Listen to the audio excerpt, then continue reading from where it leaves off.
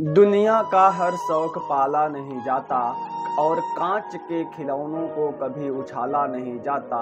मेहनत करने से हो जाती है मुश्किलें आसान ए मेरे दोस्त, क्योंकि हर बात तकदीर पर टाला नहीं जाता, हर बात तकदीर पर टाला नहीं जाता। तो एक बार पुनः आपके इस एवियन कोचिंग सेंटर के यूट्यूब चैनल पर स्वागत है। आज के इस वीडियो सेशन में 12th फिजिक्स के सेकंड चैप्टर स्थिर वैद्युत विभव तथा धारिता के बारे में डिस्कस किया जाएगा। चैप्टर 2 का पहला पार्ट है।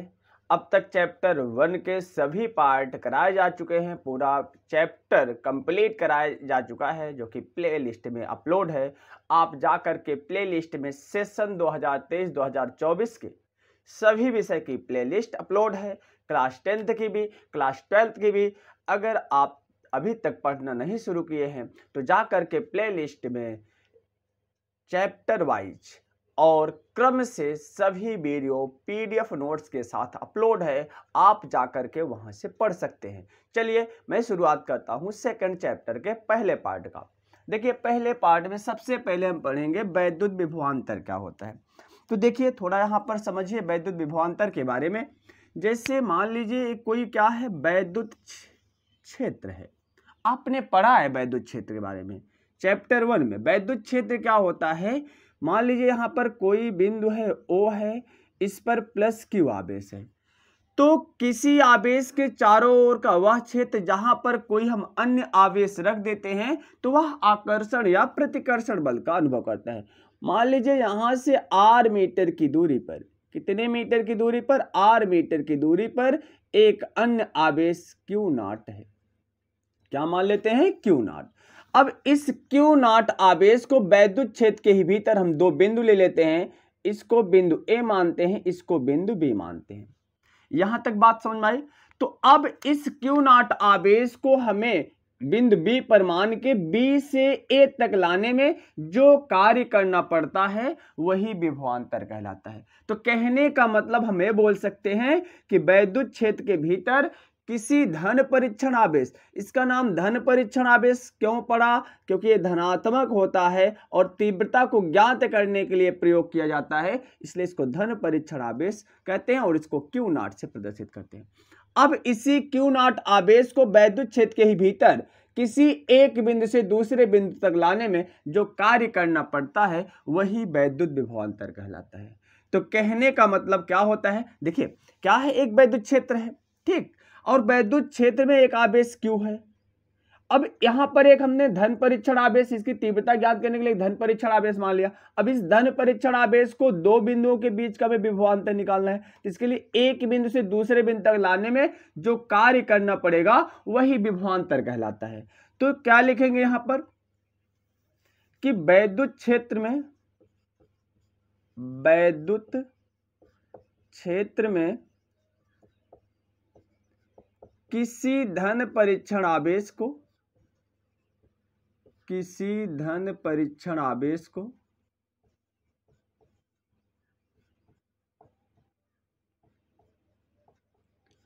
एक बिंदु से दूसरे बिंदु तक,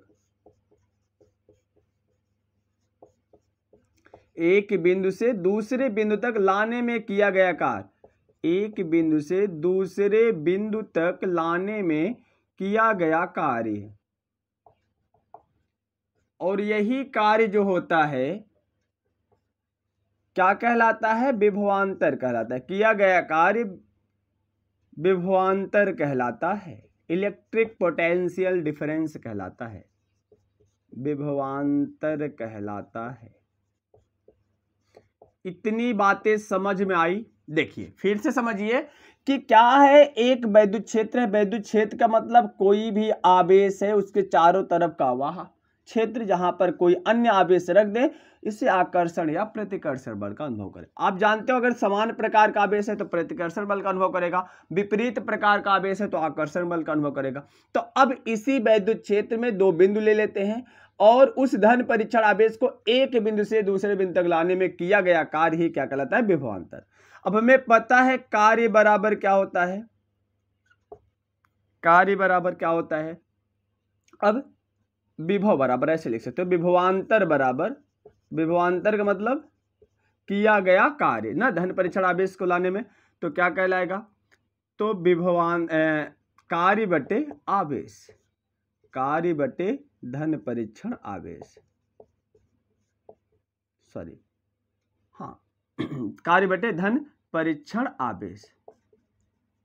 अब यहां से हमें निकालना है विभवांतर, तो विभवांतर कहां से, माना बिंदु बी से बिंदु ए तक धन परीक्षण आवेश को, धन परीक्षण आवेश क्यू नॉट को लाने में किया गया कार्य, लाने में किया गया कार्य W हो,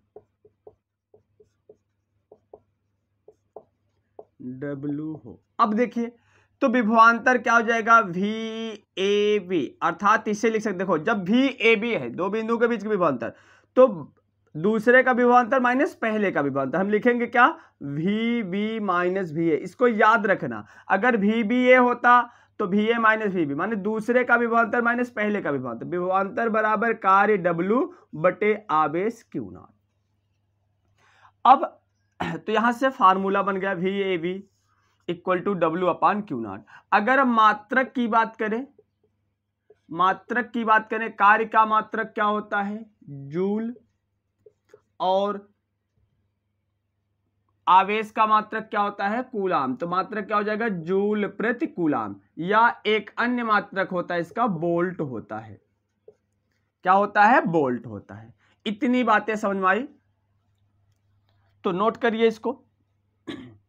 फिर आगे देखिए, विभव क्या होता है, सेम इसी प्रोसेस होता है। विभव क्या होता है, अनंत से अगर हम लाते हैं किसी आवेश को, जैसे ए वैद्युत क्षेत्र है, यहां पर बिंदु O है, ए आवेश Q है, यहां पर अनंत पर R मीटर की दूरी पर हमें एक बिंदु P लेते हैं, इस पर एक धन परीक्षण आवेश रखा है Q नॉट। अब इसी धन परीक्षण आवेश को मान लीजिए यहां पर हम कोई बिंदु A ले लेते हैं, अब इसी धन परीक्षण आवेश को यहां तक लाना है, बिंदु A तक, वैद्युत क्षेत्र के भीतर बिंदु A तक लाने में किया गया कार्य। इसमें क्या था, वैद्युत क्षेत्र के भीतर ही एक बिंदु से दूसरे बिंदु तक लाने में किया गया कार्य होता है विभवांतर। इतना अंतर है, ध्यान समझिए। विभव में क्या होता है, अनंत से वैद्युत क्षेत्र के भीतर किसी बिंदु तक लाते हैं, तो वह कहलाता है विभव। तो विभव क्या कहलाएगा कि अनंत से किसी धन परीक्षण आवेश को, लिख दो, किसी धन परीक्षण आवेश को, धन परीक्षण आवेश को अनंत से वैद्युत क्षेत्र के भीतर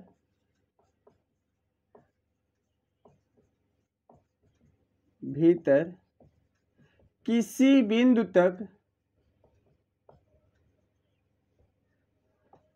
बिंदु तक लाने में किया गया कार्य, लाने में किया गया कार्य विभव कहलाता है।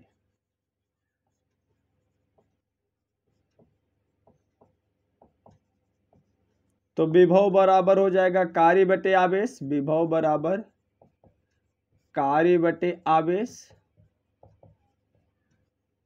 तो विभव V बराबर कार्य W बटे आवेश Q नॉट।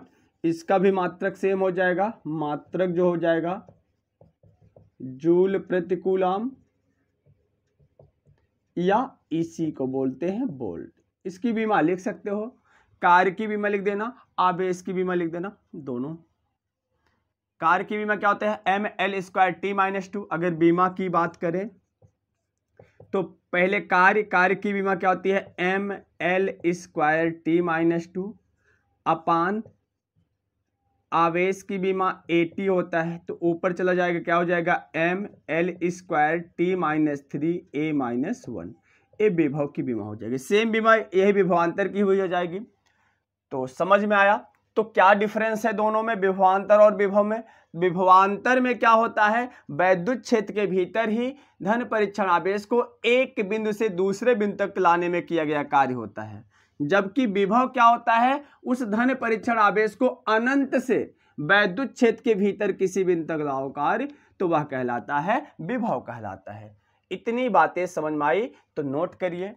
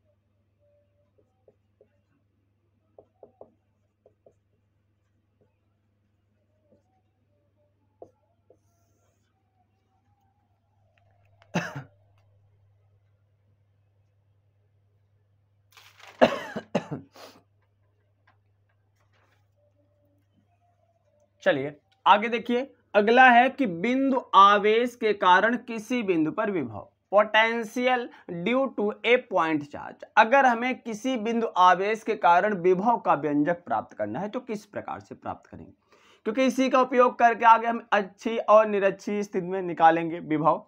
तो पहले इसको समझते हैं। तो बिंदु आवेश के कारण, तो मान लीजिए यहां पर कोई बिंदु क्या है, O है, जिस पर एक आवेश Q रखा गया है। O से R मीटर की दूरी पर एक बिंदु A है, एक बिंदु A है, इस पर धन परीक्षण आवेश Q नॉट रखा गया। अब हमें किसी बिंदु आवेश के कारण निकालना है, तो हम मान लेंगे O से OA की ही सीध में x मीटर की दूरी पर, x मीटर की दूरी पर हम मान लेंगे अनंत पर एक बिंदु P है। OA की ही सीध में अनंत पर एक बिंदु क्या है, P है, जिस पर हम इस Q नॉट आवेश को मान करके इसको हम कहां लाते हैं, वैद्युत क्षेत्र के भीतर बिंदु A तक लाएंगे। A वैद्युत क्षेत्र है पूरा, इसी बिंदु तक लाएंगे, क्योंकि क्या होता है, आप पढ़े हो कि अनंत से वैद्युत क्षेत्र के भीतर, क्योंकि ये तो वैद्युत क्षेत्र है, अब इसको अनंत पर मान करके अनंत से लाएंगे वैद्युत क्षेत्र के भीतर, तो जो कार्य करना पड़ेगा वही तो होगा विभव, यही तो पढ़े हो। तो चलिए तो लिखेंगे क्या, माना बिंदु O पर एक आवेश Q है, एक आवेश Q है, O से R मीटर की दूरी पर, R मीटर की दूरी पर एक धन परीक्षण आवेश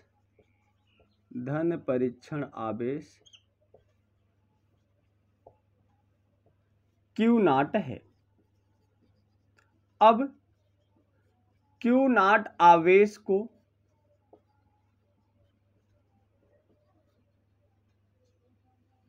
O से x मीटर की दूरी पर OA की ही सीध में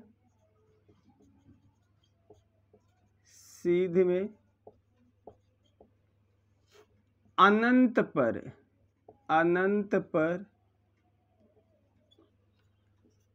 एक बिंदु P पर मान लेते हैं।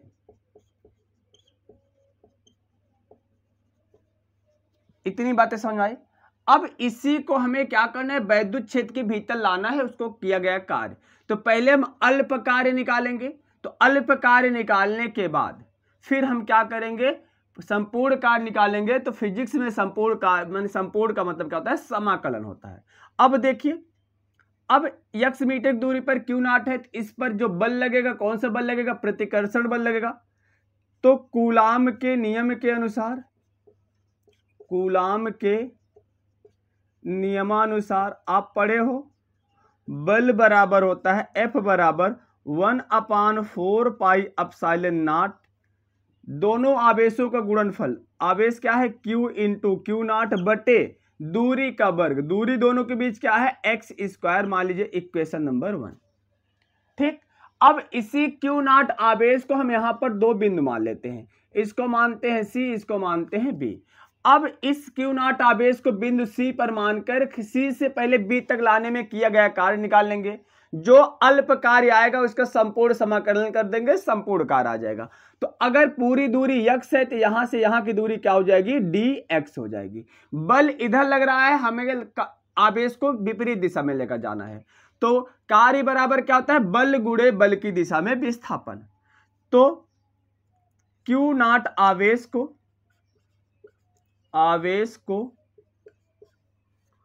C से B तक लाने में किया गया कार्य, लाने में किया गया कार्य,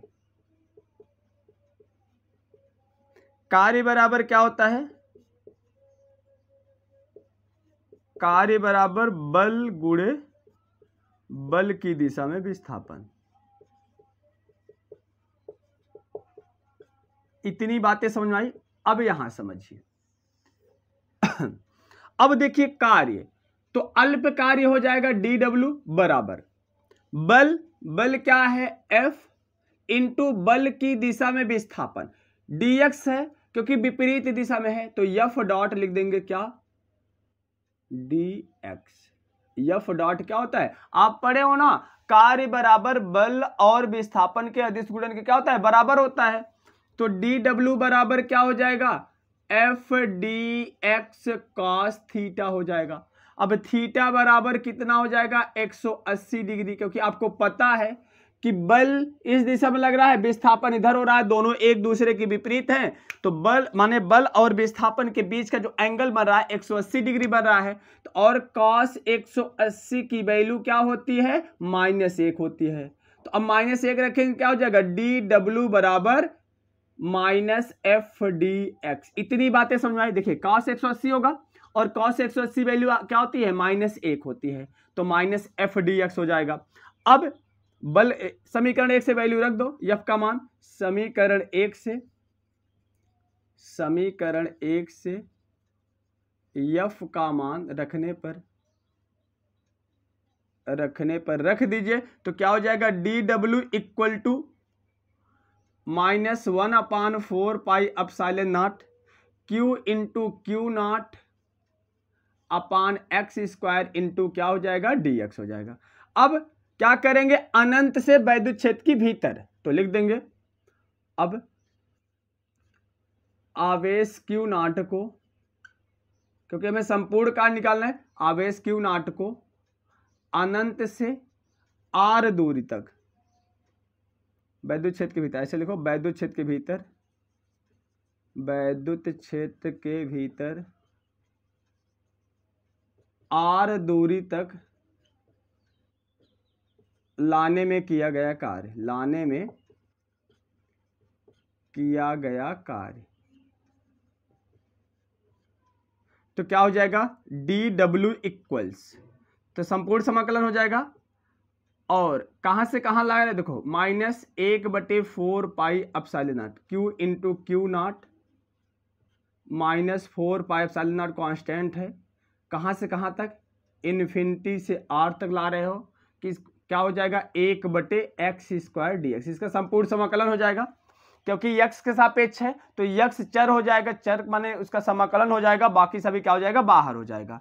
अब इसको लिख सकते हो क्या, dw equals -q upon Q not 4 q into Q naught upon 4 pi epsilon not infinity से r, ए ऊपर चला जाएगा, x घाते -2 dx हो जाएगा। अब यहां समझिए, अब आपको एक समाकलन बताया गया था, समाकलन एक्स की power n dx equal to होता है एक्स की पावर n+1 बटे n+1। मतलब चर की घात जो है उसमें एक जोड़ देंगे और उसी घात से भाग दे देंगे, वही समाकलन आ जाएगा। अब बताइए dw का समाकलन बताए थे आपको, w जैसे dx का समाकलन x होता है, आप पढ़े हो dx का समाकलन x होता है, उसी प्रकार से dw का समाकलन क्या हो जाएगा, w बराबर क्या हो जाएगा, -q इंटू क्यू नॉट बटे क्या हो जाएगा 4 पाई एप्सिलॉन नॉट। अब बड़े कोष्ठक में इसका समा, क्योंकि लिमिट है तो बड़े कोष्ठक करोगे, देखो x घाते -2 है तो x की पावर n है, तो x की पावर n क्या होता है, x की पावर n+1 और उसी घात से क्या हो जाता है, भाग हो जाता है, -2 + 1 इन्फिनिटी से कहां तक r।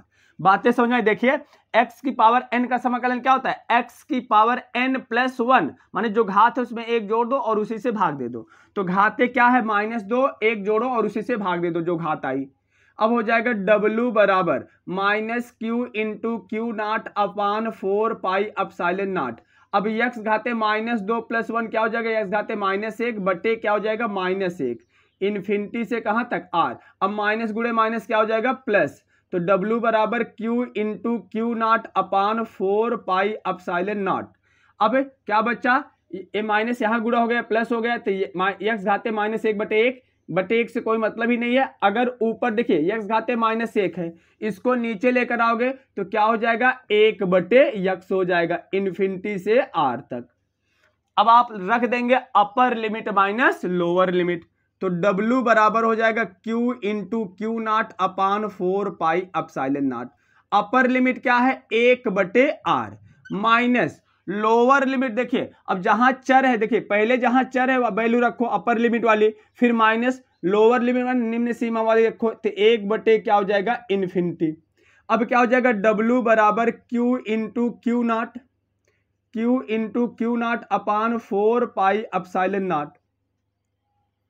ठीक, q इंटू क्यू नॉट अपान क्या हो जाएगा 4 पाई एप्सिलॉन नॉट इंटू, आपको पता है किसी संख्या को इन्फिनिटी से भाग देते हैं तो 0 आता है, याद रखना किसी संख्या को इन्फिनिटी से भाग देते हैं तो 0 आता है, तो यहां 0 हो जाएगा 1/r माइनस 0 क्या हो जाएगा 1/r हो जाएगा।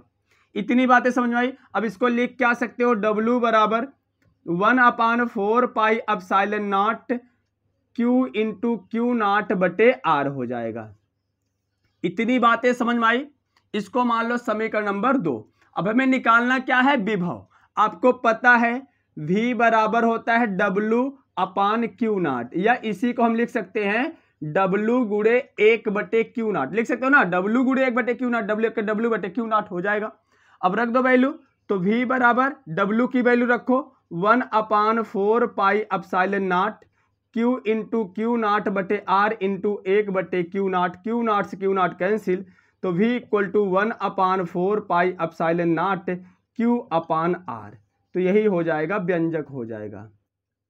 इतना बोल्ट याद रखना।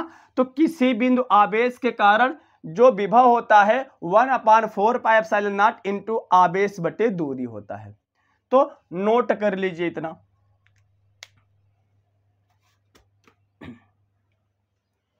तो वीडियो कैसा लगा दोस्त? अगर वीडियो अच्छा लगा हो तो वीडियो को लाइक कर दीजिएगा, ज़्यादा से ज़्यादा शेयर कर दीजिएगा, और अगर वीडियो में कुछ कमी हो या वीडियो आप में कोई डाउट हो तो आप कमेंट करके ज़रूर पूछ सकते हैं। कोई भी आप कमेंट कर सकते हैं, कमेंट का चाहे जैसा भी हो, कि कोई डाउट हो या वीडियो कैसा लगा, वीडियो पसंद आया कि नहीं पसंद आया, कमेंट करके ज़रूर बताया करिएगा दोस्त। ऐसे ही और बेहतर वीडियो आते रहेंगे, तो जुड़े रहिए चैनल से। फिर मिलते हैं एक और बेहतर वीडियो के साथ, तब तक के लिए अपना ख्याल रखिए दोस्त।